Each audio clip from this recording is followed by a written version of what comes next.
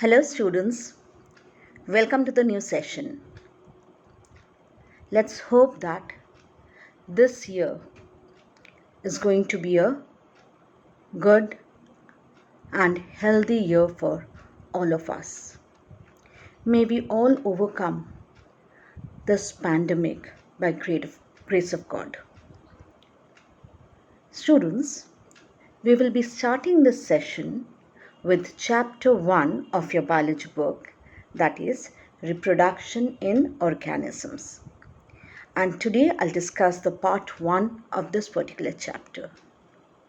This is not a new chapter to you all. You are introduced with this chapter in class 10.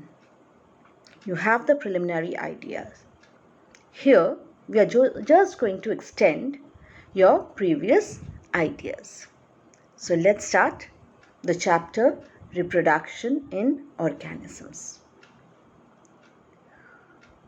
Okay dear. Tell me one thing, that we all organisms, we have a lifespan, means we have a definite beginning and the end of the life. And this period between the life and death of an individual is known as lifespan.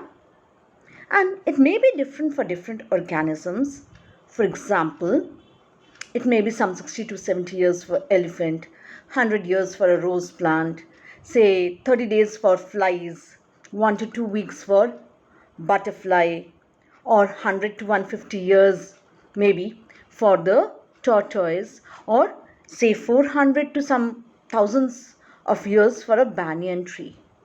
But it is a definite period of time, and at the end of which the organism dies. Then how is it that the species of that particular organism continues to live or exist on earth?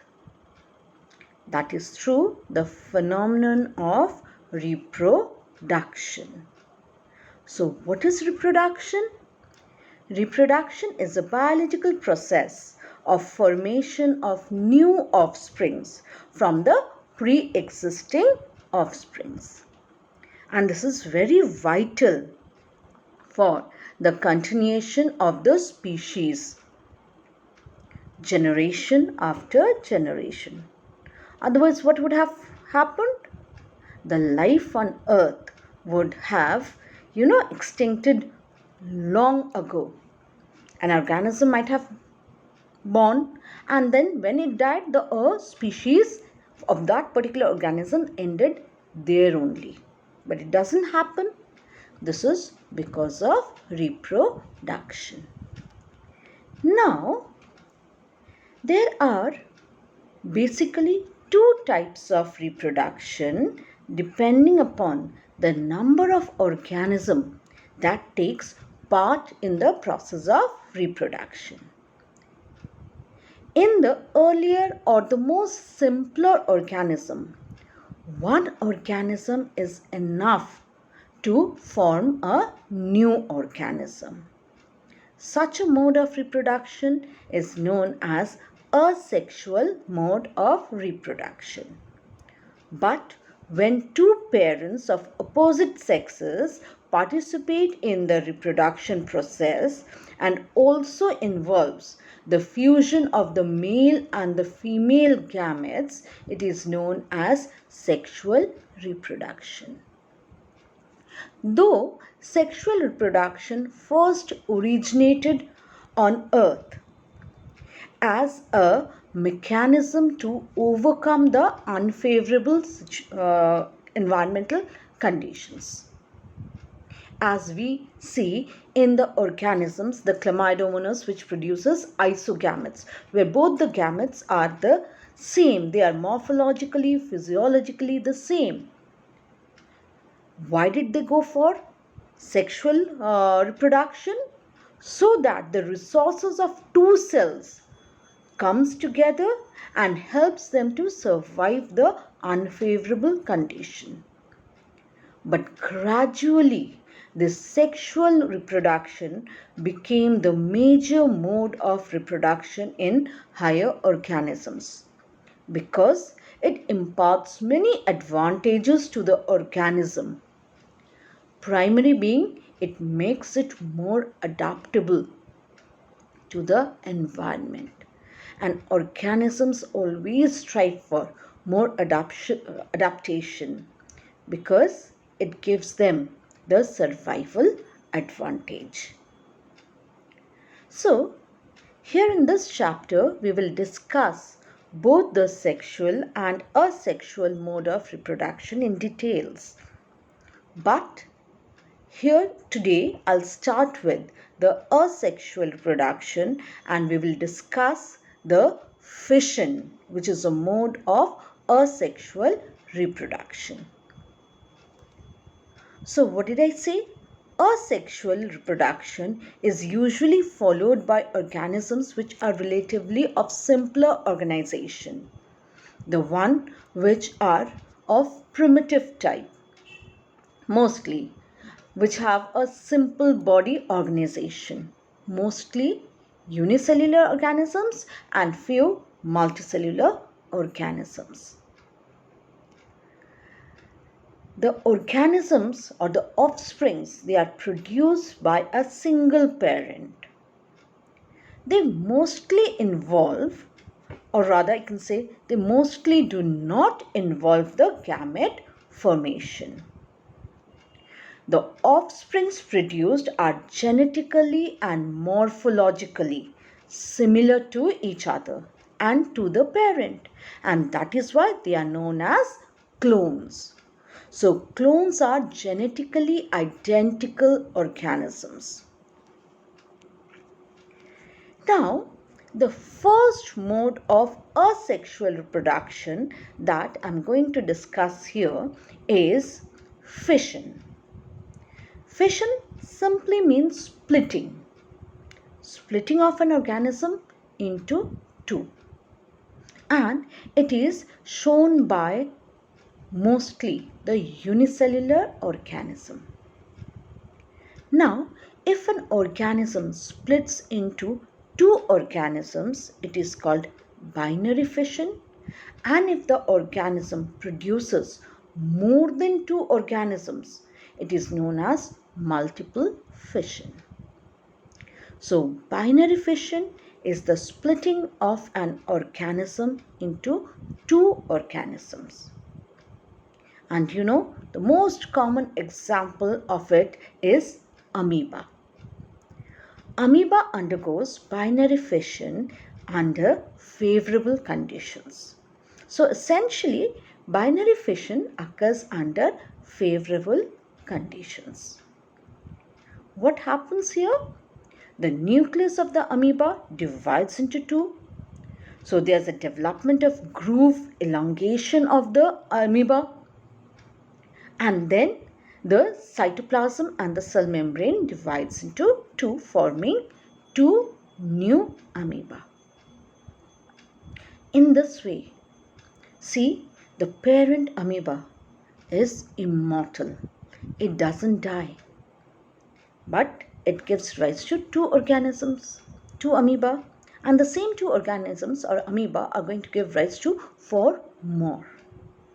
So, the organisms exclusively showing binary fission, or you can say fission as a whole, they are immortal.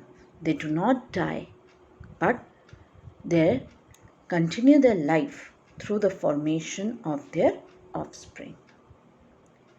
Now, this binary fission is of various types depending upon the plane at which the organism divides.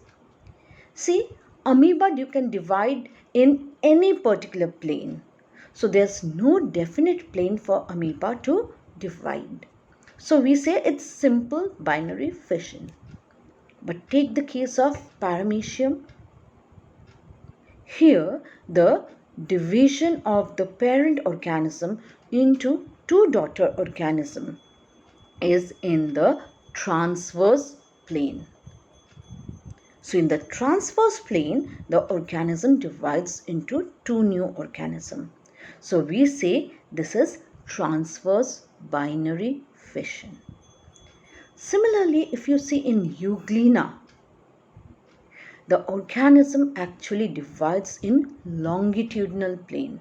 Means longitudinally, the organism is dividing into two organisms. So this is longitudinal binary fission as shown in the figure. Please go through the figure for the detailed information. Now, the next type is multiple fission. This essentially happens under unfavorable conditions. Now, what happens when unfavorable conditions are there? The cell or organism develops a hard covering around itself, which is known as cyst, so that it can get away with the unfavorable condition without dying. So what happens inside that cyst? The nucleus of the parent organism divides repeatedly without the division of the cytoplasm. The sort of free nuclear division. And then what happens later on when the favorable conditions returns? Then the nucleus, they pinch off a part of cytoplasm, make new membrane and get released from the cyst. In this way, many new organisms are formed from the single parent organism. And it helped it to survive the unfavorable condition as well as continue the species. Now, let us have a short differentiation between the binary and the multiple fission. See, as I said, in binary fission, the parent organism splits into two organisms. That is, the parent nuclei splits first into two nuclei, followed by division of the cytoplasm, thus resulting in two identical individual, the daughter cells or the daughter organisms. But in case of multiple fission, it is the simultaneous division of the parent body into many daughter or new individuals. As I said, binary fission occurs during favorable conditions, multiple fission occurs during unfavorable conditions. In binary fission, each nuclear division is followed by the cytoplasmic division and formation of the new individual. But in multiple fission, the nucleus divides repeatedly, first to form a number of nuclei within the cytoplasm, and then each nuclei takes off a pinch of cytoplasm and separates out as a new individual. So in binary fission, no remnant cytoplasm is left behind. But in multiple fission, a small amount of cytoplasm which none of the nuclei took away with them gets left behind.